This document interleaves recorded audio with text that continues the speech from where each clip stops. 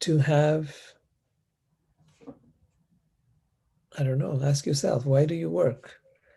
One is survival. You got to pay the bills. You've got to be able to afford your lifestyle. And then what else? Once you've met that, well, you want some comfort. Well, one of the reasons I've always worked is for joy. It brings me joy to work. That's a great way to work. And I think people who find their joy in their work, that's a real blessing, It is a blessing. right? But most people, unfortunately, don't. And it's a sad thing. When your work is something you're doing as a drudgery, as a way, as something that drains you, that empties you, that takes away your life just so you can survive and pay the bills. For others, it's about accumulating things and proving their worth so that their families, their friends, and people around them may get to see that they are significant, that they're worthwhile, that they are someone to look up to and respect. We have the different things about, and those are all the makings of our ego, right? What Lamore is describing is entirely in a different realm altogether, where you're doing it because you're doing it for the love of it. You're doing it because that's what fulfills you, right? So take a look and see your own motivations and why you work. And if you are doing something that you really love and enjoy, well, beautiful. But if you're doing something you dislike, something that you need to get away from, like you wait for that Friday when you can uh, forget about everything and not have to think about it, then there's something to reconsider here. But we can learn something from the yogis. The yogis here, as they're being described, or a yogi is not someone who just sits in the mountains and meditates, but he's talking about people living here, using their mind, body, intelligence, and even their senses, but working for the purpose of purification. So let's understand what that means. What is purification? I think it's an older word, and to understand it in a present day context, I'd like to say that what it really means is that you're working for that which uplifts you and the world around you. When Lamore describes a feeling of joy, I think she's talking about a feeling that you feel uplifted in the process of Yeah, what you're absolutely. right. So some people would call that their passion. Some would call that the just something that enlivens you, right? So it could be that you're there serving the community. That enlivens you. And that's wonderful then. Then you're in alignment with your life purpose. Because that's when you feel enlivened. Um, and purification really is, so if you think of what purifies something, think of the sun. And when the sun comes and it shines on an impure area, muck or dirt, or you know, dogs tend to pee all over the place and poop and what have you. But the sun comes and just purifies everything. It's a powerful energy, right? And the same thing applies to our presence. Our presence is as powerful as the sun. So when you're fully present with something or someone, right? Be that your food, be that a person you're talking to, or be that your work. When you're fully present, to be present with something, you have to be fully in it. You have to be like, you dive right in. You're there 100%. All your senses are engaged. Everything you're doing is just absorbed totally in that activity. In that state of mind, you will find yourself experiencing a feeling of timelessness. You'll have like, oh, really? 2 hours have passed and feels like 5 minutes. You'll feel like you're uplifted, you're energized. You'll feel, though your body may be tired, your body might feel tired. You don't feel tired. You feel time well spent. You feel that, that was good. That was a good conversation. It could be a good meal. It could be a good work thing. You feel energized. Where's that energy coming from? I believe it comes from your soul. That's when your soul is in alignment with what you're doing. By your presence, you are bringing that energy into the world. And the more you bring that energy into the world, it's like the sun shining on a place and it purifies wherever that place is. So if you're in a conversation with someone, that person will feel joyous and uplifted in that conversation. If you're in a meal, with the meal, that meal will be delightful. If you're with nature, you will feel thoroughly refreshed and rejuvenated, right? So that's the power that you bring, that your presence in something brings. Have you ever been in a conversation where someone is distracted? Yes. Yeah. What's that like? You know, it's not good, really. Oh, You feel discounted or something. I mean, you could sense that you're not connecting. correct. So here they are looking at their phone while you're talking to them. How does that feel? You're not connecting, right? Not connecting. Not connecting, then what's happening to the energy exchange between you and that other person? Are you feeling heard, seen, met? Are you feeling connected? Are you feeling uplifted? No, not at all. Right. And then contrast that to a place where you're very, very actively seeing, hearing, listening, connecting with another human being, with their ideas and thoughts. You're looking at it from how they see it, they're looking at how you see it, and you're really wanting to understand each other. You're not just sitting there to argue and debate. How is that experience? That's joyful. Joyful. Yeah. Yeah, it's uplifting Uplifting. for Exactly. sure. That's what it needs. That's what we need to create our life around those kind of experiences. So it could be like, Rima is always on the forefront dealing with people through her in the hospital, right? And how does that feel for you? Do you feel that you're fully there, or do you feel like you're somewhere else and you're just going through the motions? Oh, I didn't. I missed the first part of that. You said when you go to the hospital, or No, no, no. Rima no? works in the hospital. She works with anesthesia. She's an anesthesiologist, right? How does it feel for you when you're working? The times that I'm not fully present, it's very frustrating for everybody concerned. Everybody concerned, right? Exactly. Yes. Yeah. That includes yourself, that includes the other people, and they can feel it, they get it. And so, therefore, I encourage each of you, in whatever you do, be fully present. Whatever you do, you're having, no matter how mundane the task is, whether you're having a shower, whether you're eating a meal, whether you're talking to somebody, let the world drop off in that moment. In that moment, be 100% engaged. Now, I know that you cannot do it every single moment either. There are times where I have to respond to a text, let's say, and someone's trying to talk to me at the same time. It can happen, right? Yeah. But my attempt, as far as possible, is to be put aside and just be there with whatever it is that I'm doing. And that way I have more energy to make it through the day. And at the same time, you need energy and time for yourself. So keep that in mind as well. Balance is required. Anyways, he's talking about working in a state of mind where the only for the purpose of purification. We're on text number 11, chapter 5.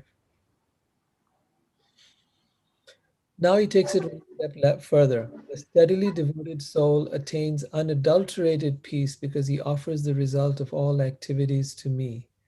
Whereas the person who is not in union with the divine, who is greedy for the fruits of his labor, becomes entangled. This is another very powerful statement. So, why do we work was the question I asked in the beginning. To survive, yeah, of course, we need to survive. We need to pay the bills, and I'm not dismissing that at all. To impress others, that's usually the ego journey. Once your survival needs are met, the next thing is we're trying to prove to others our worth, right? But usually it's trying to compensate for the feelings of inadequacy we have within ourselves. And then you're trying to prove something to the world, to society, to your parents, to your family, to your friends. You're trying to prove. So that's usually from feelings of inadequacy. But a truly realized being knows, and this is very important, so listen carefully, that your worth is not dependent on anything external.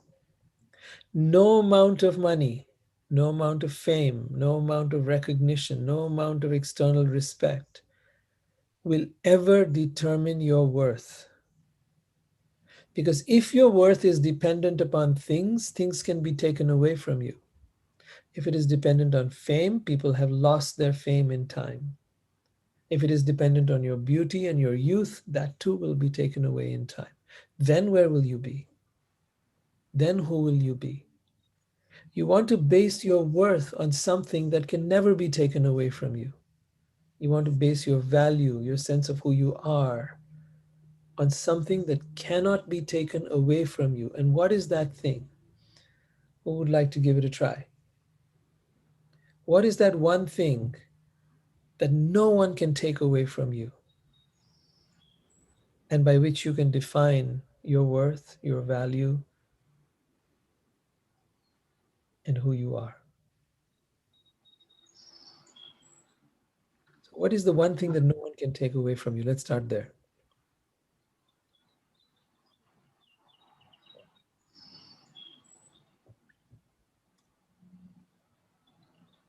It's your very, Huh?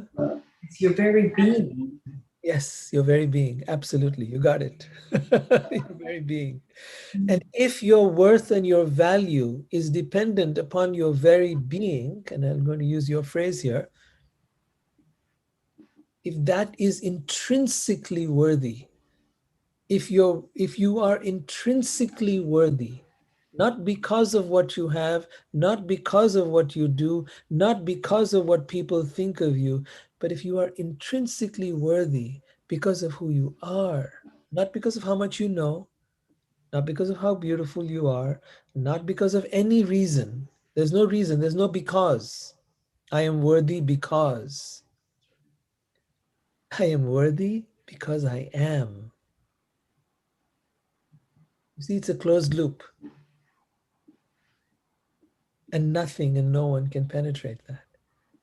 This is the ultimate thing that every human being strives for, is to prove their worth. If you look at when some people come to a psychologist, the ultimate pain they carry is, I feel unworthy. I feel I'm not good enough. I feel that I don't matter. I feel that I'm not respected. I don't feel that people understand me. These are different ways of saying the same thing. But it all comes down to that feeling of worth. Now, if your worth is extrinsic, external, then it can always be, it's in the hands of others.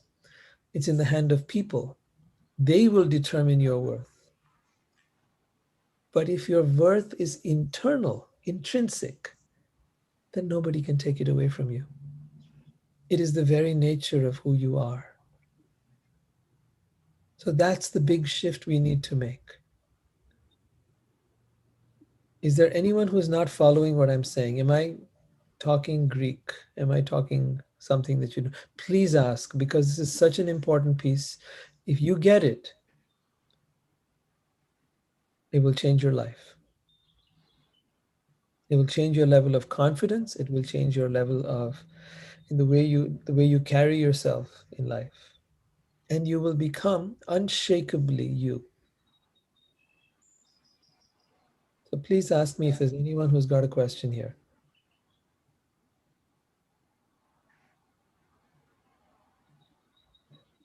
All right, I'm going to assume you got it. I So just I just come with an idea because Mhm. yeah, you don't need you don't need or we don't need a reason to be yourself. Mm. You don't need a We reason. are we don't read yeah, because always the reason is the one that The reason is yeah, when when you involve the reason, yeah, you start like trying to justify yourself or in Yes. something that is outside. But yeah, Yes. When you're looking for a reason, you're looking for logic. You're looking to your mind. When you're looking to your mind, then you look to the mind will look to the world. So you're absolutely right about that. When you're looking for a reason to justify your worth, your value, your existence, then you're going to look to the world because your mind only knows the world. It's been gathering data from the world all along to determine whether you're smart or stupid, whether you're ugly or beautiful, whether you're worthy or unworthy, you're good or bad. It's been gathering data from the world to try and accumulate this information. Who am I? But if who am I is intrinsic, I don't need to look to the world. I need to come within here. And when I go within here and I feel into this place from in a state of meditation or in a quiet and silence, you will feel the beauty of this inner space. And you will know that everything is good. And it doesn't matter what happens in the world. If the world goes up or down, if things go upside down, inside out, it will not matter. Not here. And this is where you want to make your home.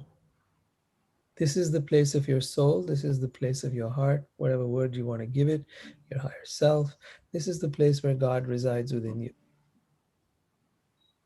And this is the place, make this your home. Make this your treasure. Make this your wealth. Right? And let no one take it from you. Because nobody can. It's hidden here. They'd have to kill you before they can get it. And even then they can't get it. It'll just go out. So nobody can get this treasure from you. Nobody can steal it. Nobody can take it away. Nobody can determine its value. It's priceless.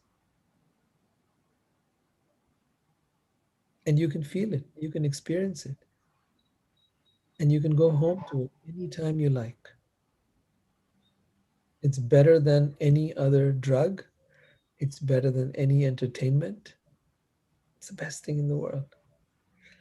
So, the steadily devoted soul attains unadulterated peace.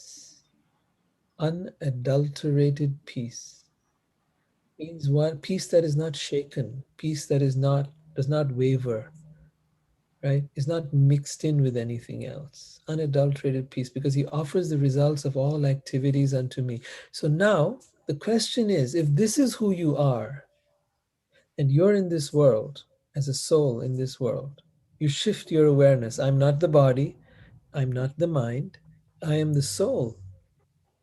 This is me. And I don't need to prove anything. I am intrinsically worthy, intrinsically beautiful, intrinsically vibrant and alive. Now, why do you work then? You've taken away the ego function. You're not working at survival level. Why do you work? Krishna is offering you a possible way to do this. He says, one who works with devotion to God, God, whatever I do it as an offering unto you. You who have given me everything, I now do everything for you. Remember this. This is the ultimate act of love. Everything that I am was given to me. I did not create this body. I did not create this mind.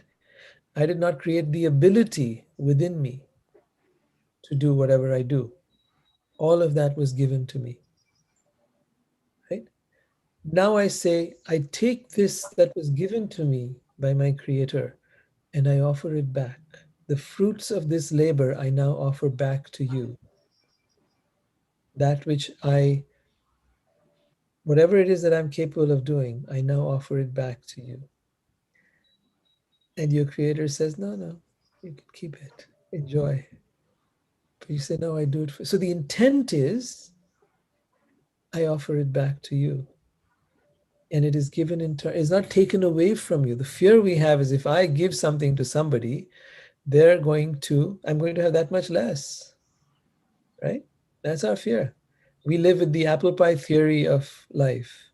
If I give away part of my apple pie, then I have that much less apple pie. If I give away all my apple pie, then I got no apple pie. I am left empty-handed. What will I have? But the beautiful dynamic of this is this: when you do anything as an offering to God or as to the divine, then whatever you do comes back to you many times over. Don't do it for that reason. Do it for the reason of completely surrendering and letting go. But also trust that you will be taken care of. So he's saying here, a steadily devoted soul attains unadulterated peace because he offers the result of all activities to me. I mean, think about it in another way. You work for a company, right?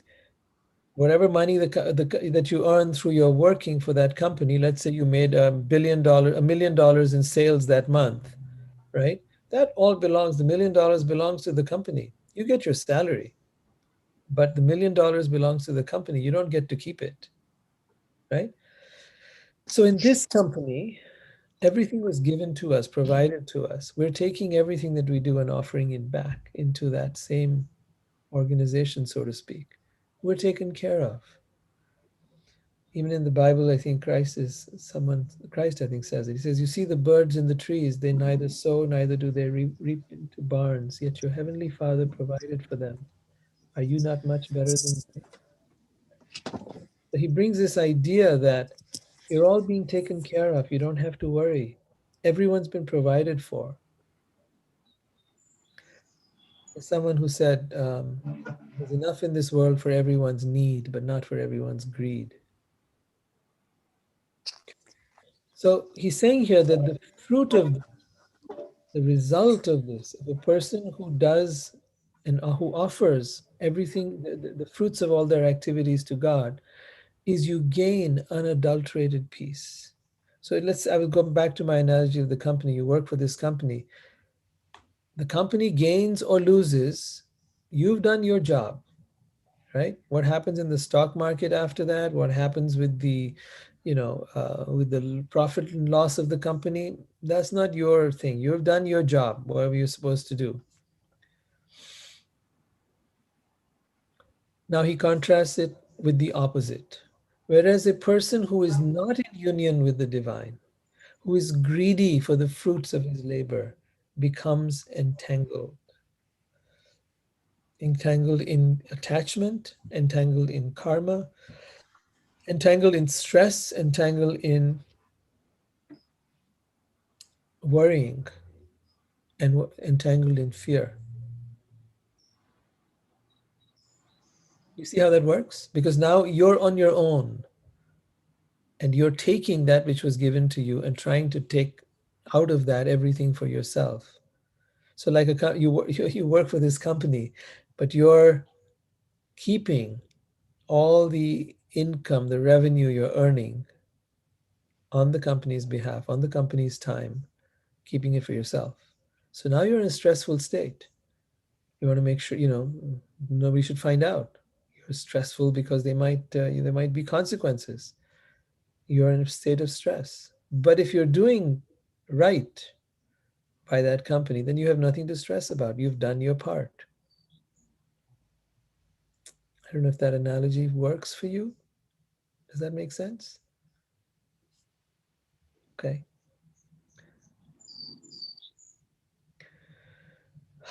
When the embodied living being controls his nature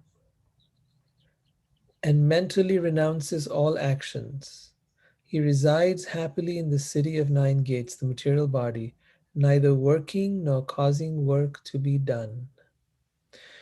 So he's describing a state where when you control your nature might be to grab, to have. You control that nature.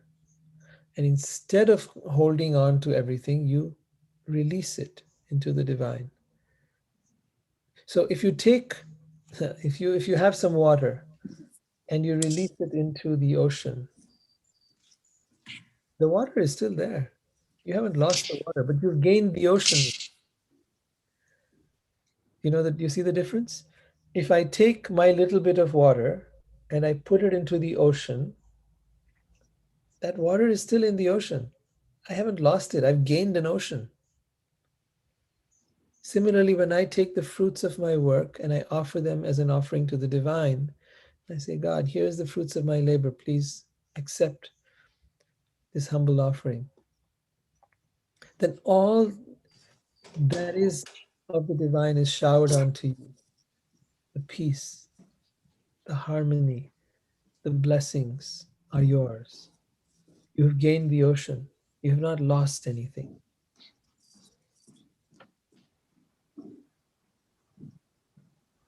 He resides happily in the city of language, material body, neither working nor causing work to be done.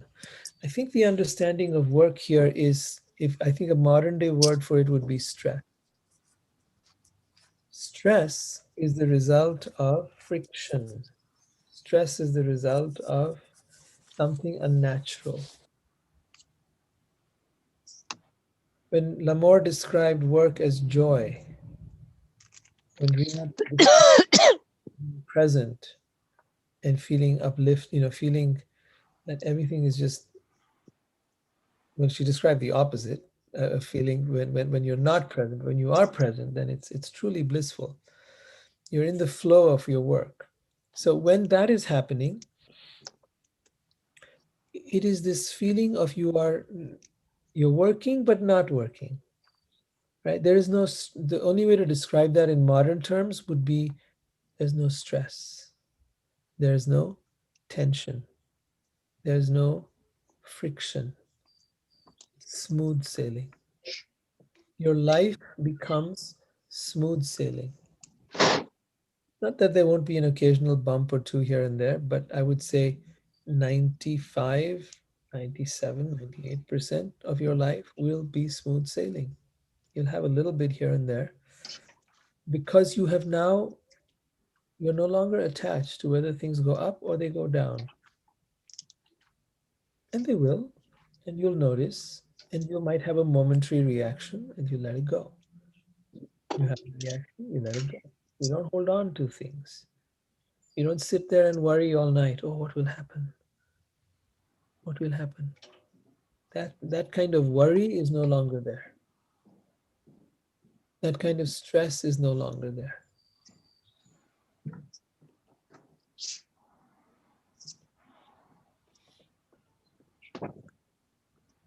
The embodied spirit, that is soul, you, the master of the city of his body.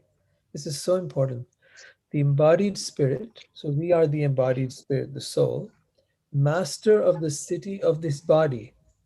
You realize that you are the master of the city of this body. You, the soul, not your mind. By the way, have you ever stopped to consider who's in charge of you? Who's the boss of you? Is it your mind that's in charge of you? Or are you in charge of your mind? Are your thoughts in control? Or are you in control of your thoughts? Are your emotions in control of you? Or are you in control of your emotions? Who's in charge? Are circumstances in charge of you? Are people? Is the weather? Who's in charge of you? Who?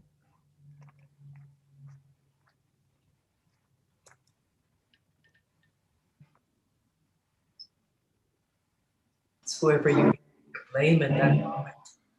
Whoever you? I said it's whoever you're choosing to blame at that moment. Oh, Rima, that is brilliant. Whoever you're blaming is in charge of you. I have never heard it heard put that well. Beautiful. Whoever you're blaming is in charge of you. That is a brilliantly put one.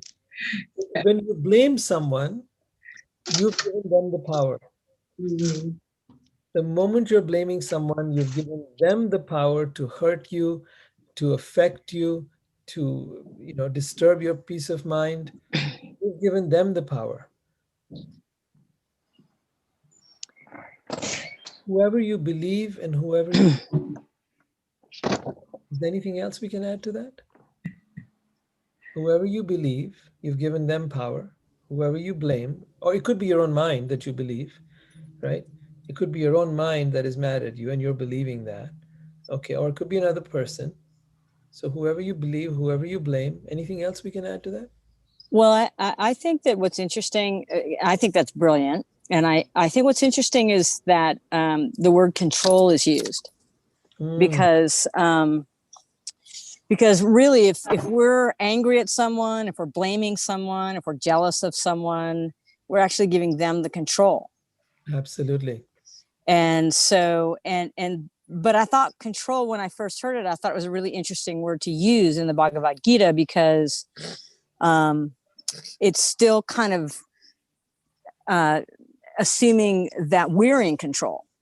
Mhm. That right. So the absence. So there's no surrender. It's we're in control. We need to be in control of our emotions, versus getting to a point where we're in flow, or we have enough detachment that emotions actually don't cause that kind of disturbance within us. Mhm. And yet, just kind of looking at it, I didn't know her name, but that whoever we're blaming is in control, or you can insert any word you want there. Yeah. That then using the word control actually makes a lot of sense, because either we're in control or someone else is. Right. But ultimately, God has to be in control. Yes or no?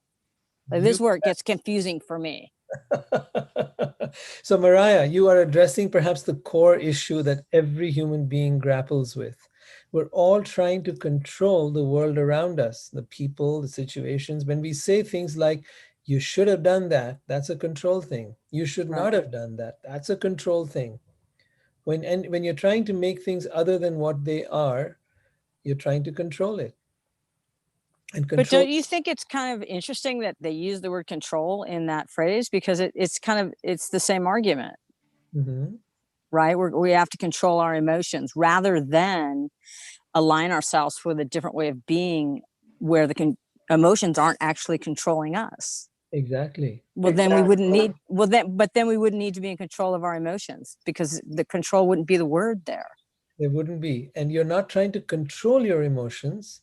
You're trying to actually recognize that you're having emotions, but they cannot control you.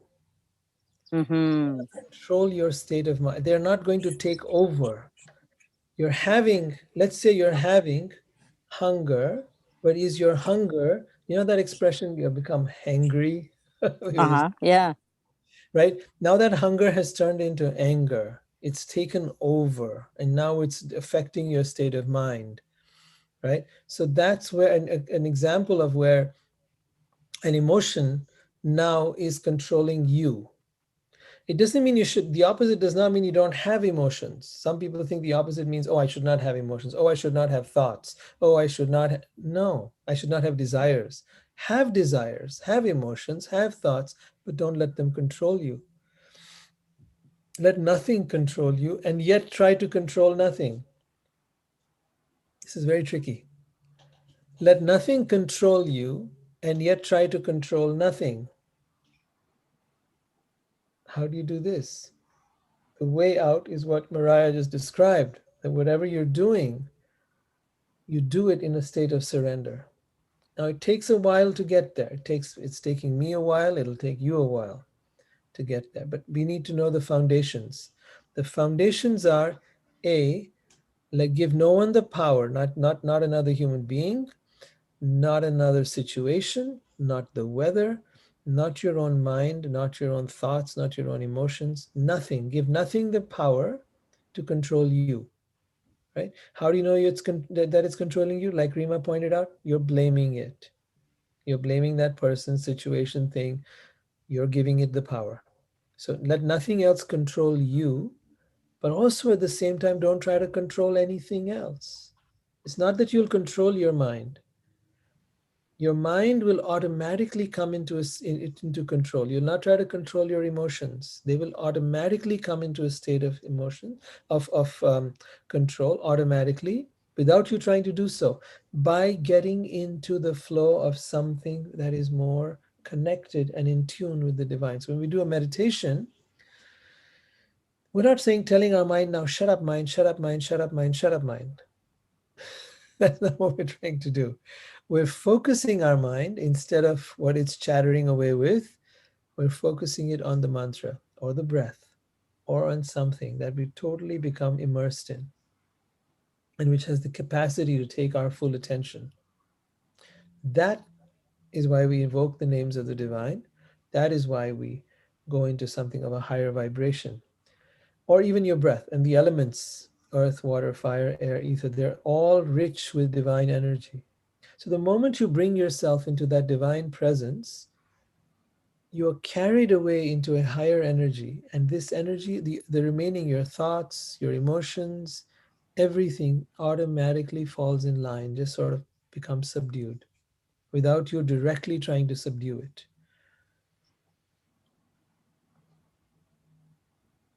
Is that making any sense? Yeah. Okay. What a fascinating. I love this. Thank you guys. I love the questions you come up with. It evokes a deeper thought. It evokes a deeper contemplation. So thank you for being so present and being so alive and so right in there. Oh, love it. The embodied spirit, master of the city of his body. Remember this, you are the master of the city of this body. And it is up to you to make sure that nothing invades it. Nothing has the power over it, including your mind. Right? So you pause everything at the city gates. You pause everything that wants to come in has to come at the city gates and has to show why it needs to enter. Whether that's a thought, whether that's an emotion, whether that's something you eat or drink or a person or whatever.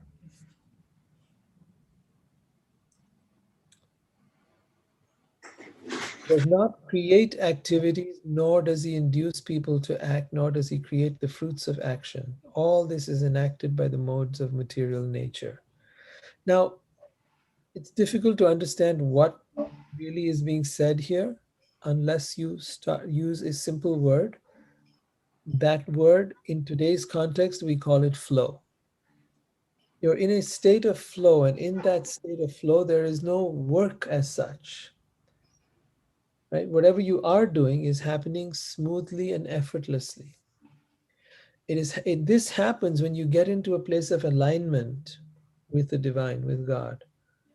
Meaning to say that you let this energy move through you and into the world. So let me explain to you how this works. When you set out to do your work for the day, when you set out to meet with a person, when you set out to eat your food, when you set out to do anything, take a moment to pause. A moment to pause and connect. Connect with that divine source of all that is, or God. And let that energy move through you into whatever you're about to do. We talked of presence earlier, right? So now I'm taking this is to the next level of that. Bringing that presence into your life, into whatever you're doing, and offering the outcome of all of that back into that source, back into God. There's that song, Everything I do it for you. Right? It's a love song, Bryan Adams. I don't know if you'll remember it. Some of you are young enough to remember. Right? But it's all about that. Everything I do it for you. So to do everything, receive that energy, bring that energy into everything you do, and whatever is the result of that, bring that and offer it back to God. Now, I think of love like that in the same way. When we get into relationship with someone, we often think that I love you. The moment I am there and you are there, we're two egos talking. But the real love is where it is God loving God. It is this energy of God moving through you to the other person and through the other person to you. That could be with your pet, it could be with your parent, it could be with your child, it could be with a lover. But if you can transform everything you do into this flow that moves from here to here and from here back to here, you will notice that everything comes into harmony for you. There is no struggle left in life. You may be doing a lot, but it's not a struggle. You may be Your body might be physically exhausted. Sometimes I feel that way. There's been lately been so much going on that I feel tired sometimes physically. But my spirit is enlivened. I in no way feel drained or no, not me, not the real me. The body, the mind, yeah, it goes through its stuff. It has to be then dealt with in its own terms. So such a person does not induce people to act, nor does he create the fruits of action. All this is enacted by the modes of material nature. What that means is that now everything is happening in its own automatic course. You're not trying to control anything, nor are you letting anything control you, right? Everything is happening smoothly in the course of nature. Nor does the Supreme Lord assume anyone's karmic activities, sinful or pious activities. Embodied beings, however, are bewildered because of the ignorance which covers their real knowledge. So, a very important point is being made here that your karmic activities are your own. Karma is created when you are think of yourself as the benefactor of your work. When you think this is mine, I have done so much work and all of this that I own is mine and all of this is for my pleasure, then you have the stress of working and you have the stress of holding on to it and the stress of making sure it doesn't get spoiled. All of that is your karmic circle that you're in. It is also what will keep you coming back to this world again and again and again. So he says, look, I got nothing to do with this stuff. This is your baby. You're playing with it. You're dealing with this world and your karma. I am not taking it on. Embodied beings, however, are bewildered because of the ignorance which covers their real knowledge. This is a very interesting statement. Embodied beings refers to all of us. We are in a body, so we are embodied. Embodied beings are bewildered because of the ignorance which covers their real knowledge. So, in other words, your real knowledge is already here within you. Your real awareness, your real knowledge about everything is already here within you. It is covered by something. What do you think it's covered by? Anyone want to give that a shot? What is your true inner spiritual wisdom covered by? What is that ignorance? Bewildered because of ignorance. What is that ignorance that is covering our true knowledge, our true awareness? Is it your ego? You bet it is. It's your mind, your ego, your attachment to your thoughts, your belief in what you think being true, all of that. Basically, it is uh, they call it the subtle body, the mind, intelligence, and ego. Right? All of that constitutes this thing that covers the soul and therefore blocks your real awareness from coming out, from your real knowledge, your real wisdom from coming out. But when you're in a moment of presence, you'll notice something very interesting happen. Even as you are being present to these talks that we have here, I notice some of you say some incredible things. I notice myself say some pretty interesting stuff too, and I notice you say some pretty incredible things too. And it all happens because of one thing: when you're present. When you're present, that veil of the mind lifts and words come from you, thoughts, ideas come from you that reveal your true inner wisdom. It's in you right now. If you start from this assumption that my true wisdom, my true knowledge is right here, and that all I've got to do is just be in a state of no mind, and that means being truly present. It's the same thing. A state of no mind, in a state of flow, whatever word you want to give it. You will find that this wisdom of yours will emerge, and it will guide you, and it will speak through you, and it will say things that you've never heard before. I used to be amazed over the years because I began to practice this at the kind of things that would come out. One time I was asking God, why is it that I make plans, and so often these plans never go anywhere? And like, there's no answer. Like, I'm not getting any answer back. Like, I guess nobody's listening or something. Suddenly I'm in a conversation with a friend, and this friend says, let the plan make you. In the middle of speaking something totally unrelated, I don't remember what she was talking about. She says, let the plan make you. And then she goes back to her earlier stuff. I said, wait a minute, what did you just say? Let the plan make you. Why did you say that? She says, I don't know why I said that. I said, oh, I see. You were being used in that moment to answer my question. I had asked, why is it that my plans don't become successful? And the answer was just revealed through you right now. I had asked that a few days ago. The answer was, let the plan make you. That means there is a bigger plan. Allow that plan to make you rather than you making plans. You just revealed something so profound to me. Thank you. Do you see? The answers can come from anywhere. It'll come from that person's great wisdom or from your own. It doesn't matter where it's coming through, but you're ready and alert. You're looking out for it, and you're ready to receive. So be in that state of always willing to go past all of this, and your true wisdom will shine through. Your true self will shine through. Practice every day.